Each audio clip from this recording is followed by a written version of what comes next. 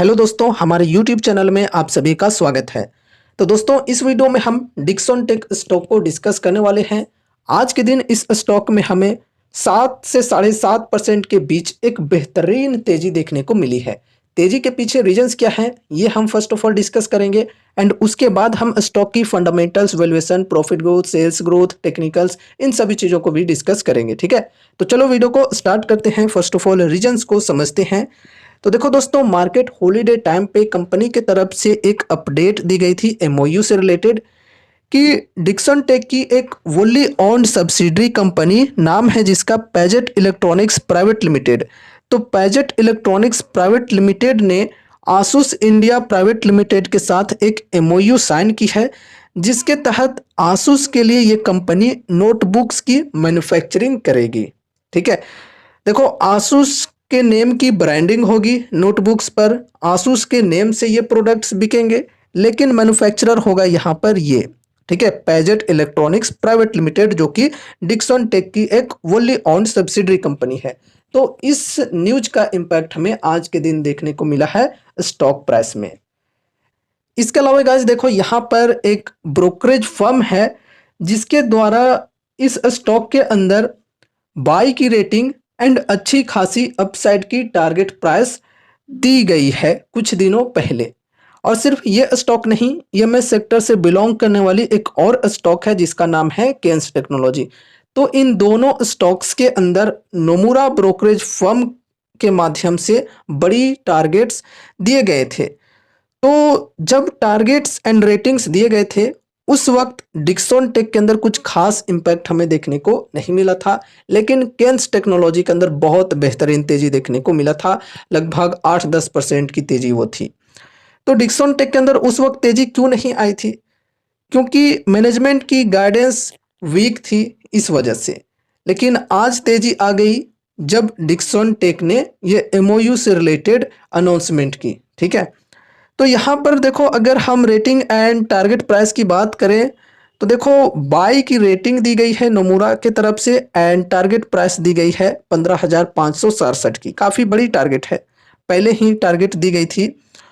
अगर हम अभी भी बात करें इतना स्टॉक के अंदर तेजी आने के बाद, तो अभी भी करंट प्राइस से ये जो प्राइस है टारगेट प्राइस, ये लगभग 10 से 11% ज़्यादा है। ठीक है, तो काफ़ी बड़ी टारगेट दी गई है।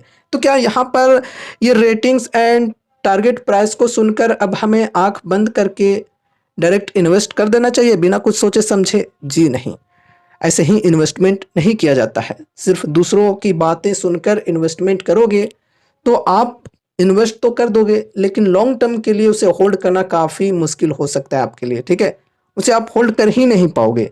तो इसलिए खुद की स्टडी, खुद की एनालिसिस बहुत ही ज़्यादा ज़रूरी होती है।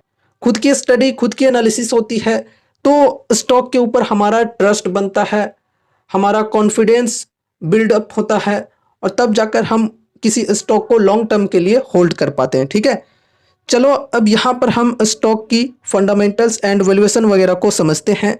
First of all market cap की बात करें तो 83,203 करोड़ की मार्केट कैप है। स्टॉक पी 192 की है, इंडस्ट्री पी 38.5 की है। तो देख सकते हो यहाँ पर इंडस्ट्री पी के मुकाबले में स्टॉक की पी काफ़ी हाई है, बहुत ही हाई है। अगर हम इसे 5 इयर्स के मीडियन पी से कंपेयर करें तो मीडियन पी है 114 की। तो मीडियन पी के कंपैरिजन में भी स्टॉक की पी काफ़ी ज़्यादा है। फिर यहाँ पर पीजी रेशियो की बात करें तो ये भी काफ़ी ज़्यादा है, 4.54 की है। तो ओवरऑल वैल्यूएशन की यहाँ पे बात करें तो वैल्यूएशन फिलहाल काफ़ी एक्सपेंसिव है स्टॉक की, है ना, काफ़ी महंगा है ये स्टॉक। आरओसी के परसेंटेज की बात करें तो 29.2%, आरओई 24.7%, बहुत ही बेहतरीन है।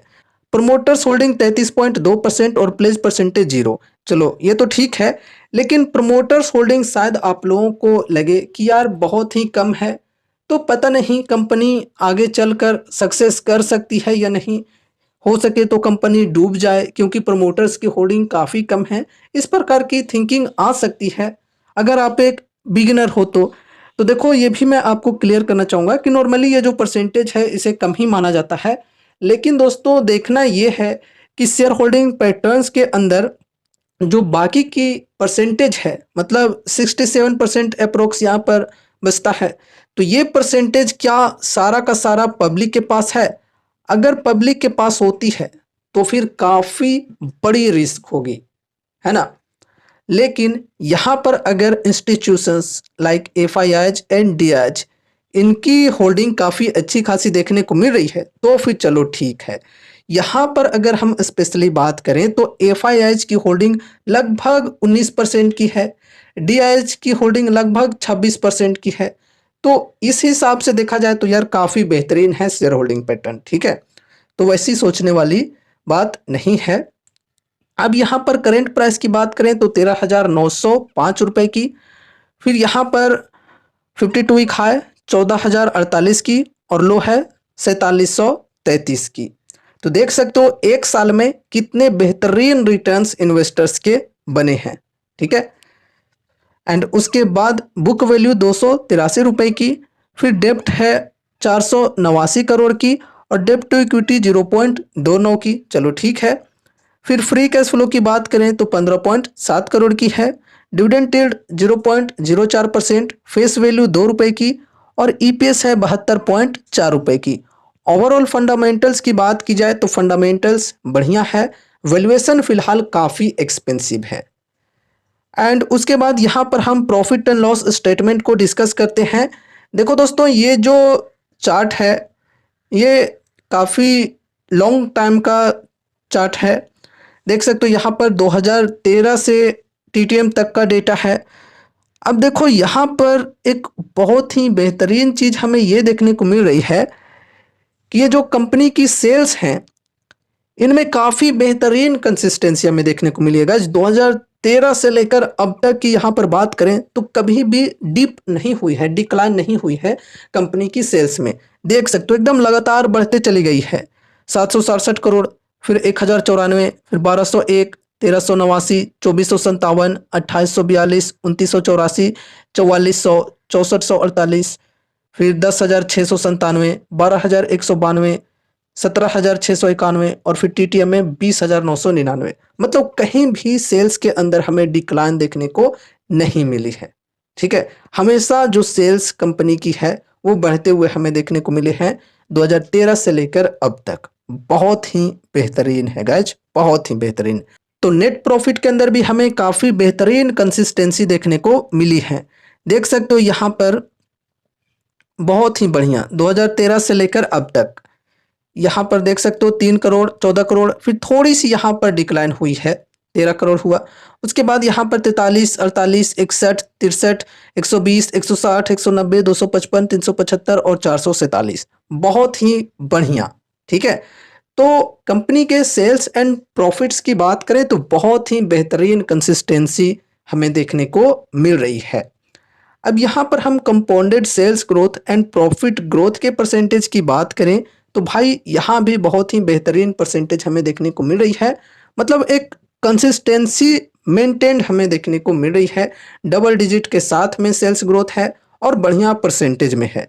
फिर यहाँ पर अगर हम प्रॉफिट ग्रोथ की बात करें तो ये भी डबल डिजिट के साथ में है और बढ़िया परसेंटेज में है, चलो ठीक है। स्टॉक प्राइस सीएजीआर की बात करें तो यहाँ पर भी हमें बढ़िया देखने को मिल रही है। इस हिसाब से यहाँ पर आप अंदाज़ा लगा सकते हो कि इन्वेस्टर्स को रिटर्न्स कितने बेहतरीन बने हैं। फिर रिटर्न ऑन इक्विटी की बात करें तो ये भी बहुत ही बेहतरीन हमें देखने को मिल जाती है और कंसिस्टेंसी देखने को मिल जाती है, ठीक है। तो ओवरऑल कंपनी के फंडामेंटल्स की बात करें तो बढ़िया है। Sales growth and profit growth की बात करें तो बहुत ही बढ़िया है। एंड वैल्यूएशन की बात करें तो वैल्यूएशन फिलहाल काफ़ी एक्सपेंसिव है। अब चलो टेक्निकल्स को यहाँ पर हम समझते हैं, लेकिन एक डिस्क्लेमर देना चाहूँगा कि दोस्तों यहाँ पर जो भी चीज़ें हम डिस्कस कर रहे हैं वो सिर्फ और सिर्फ एजुकेशनल पर्पज से कर रहे हैं।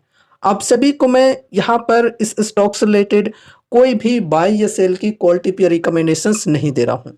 इसलिए इस वीडियो को देखने के बाद अगर आपको कुछ भी इंटरेस्ट लगता है तो फिर आपको अपने तरफ से भी कुछ स्टडी एनालिसिस करनी है, या फिर अगर आपके फाइनेंशियल एडवाइजर्स हैं तो उनसे एक बार कंसल्ट जरूर से करना है, ठीक है।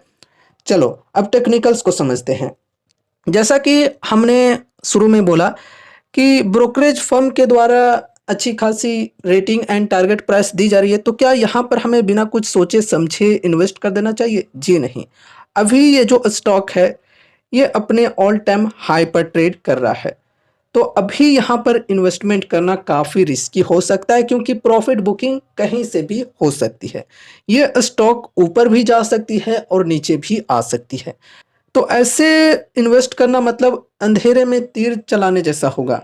इसलिए अगर आप एक रियल इन्वेस्टर हो तो थोड़ी सी पेशेंस आपके अंदर होनी ज़रूरी है। बाकी मैंने बोला कि यार ये कोई रिकमेंडेशंस या एडवाइस नहीं है।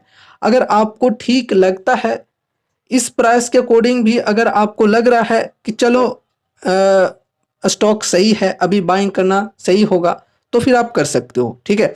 क्योंकि लॉसेज भी होंगे तो आपके ही होंगे, प्रॉफिट्स भी होंगे आपके ही होंगे।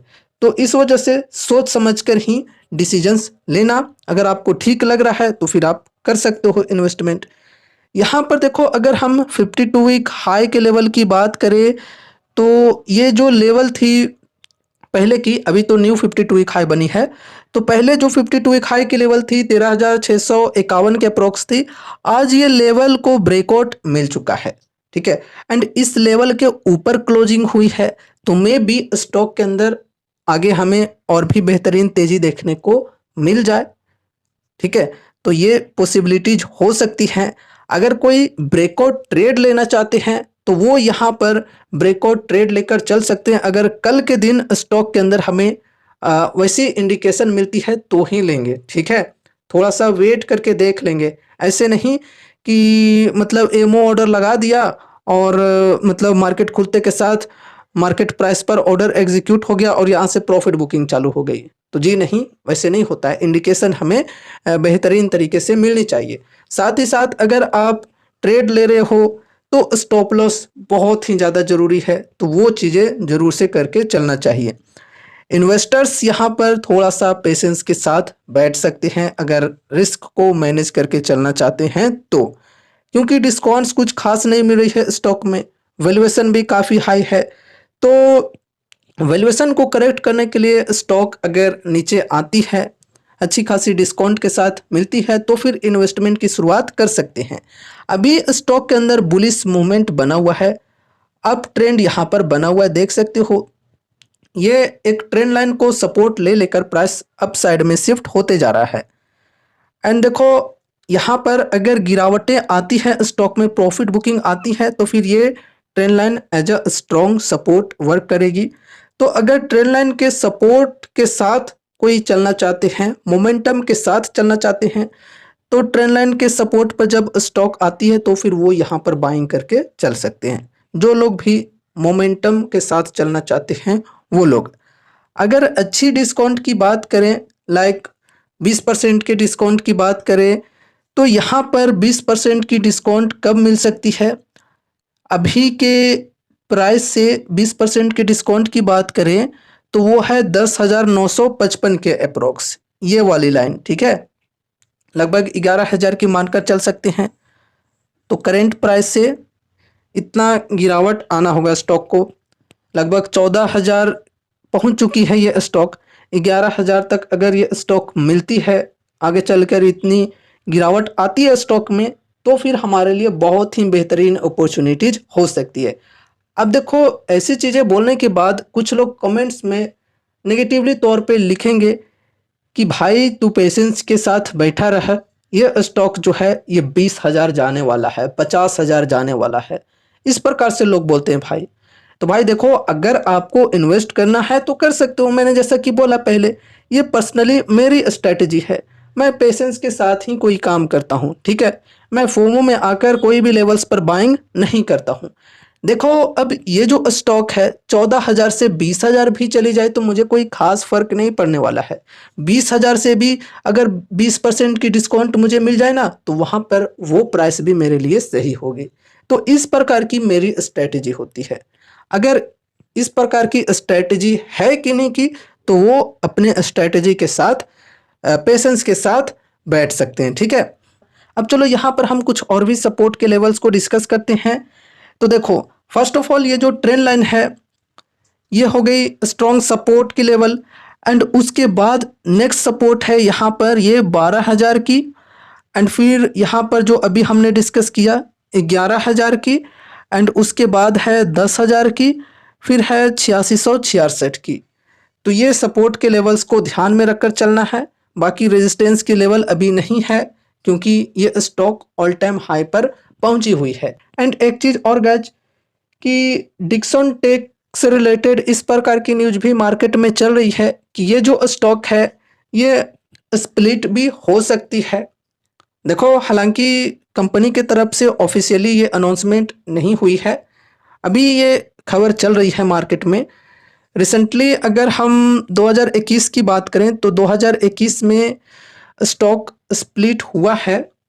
अभी फिर से हो सके तो स्टॉक स्प्लिट हो, इस प्रकार की खबर मार्केट में चल रही है। चलो ठीक है। देखो गाइज, स्प्लिट अगर होती भी है तो उतनी ज़्यादा खुश होने वाली बात नहीं है। स्प्लिट में होता क्या है कि एक ही शेयर को दो भाग में बांट दिया जाता है। लाइक अगर आपके पास 100 रुपीज के एक नोट है तो उसे आप चेंज करवा के 50 के दो नोट्स कर लोगे। तो इसमें अंतर क्या हुआ भाई, सिर्फ आपके पास दो नोट्स हो गए, ठीक है, वैल्यू तो उतनी ही है। तो वही चीज़ें होती है स्प्लिट में, ठीक है। तो दोस्तों, ये रही हमारी आज की वीडियो डिक्सन टेक के ऊपर। उम्मीद है कि इस वीडियो के माध्यम से कुछ यूजफुल इन्फॉर्मेशन आपको मिले होंगे। तो वीडियो को लाइक करके चैनल को सब्सक्राइब कर देना और मिलते हैं अगले नए वीडियोज के साथ। तब तक के लिए बाय बाय।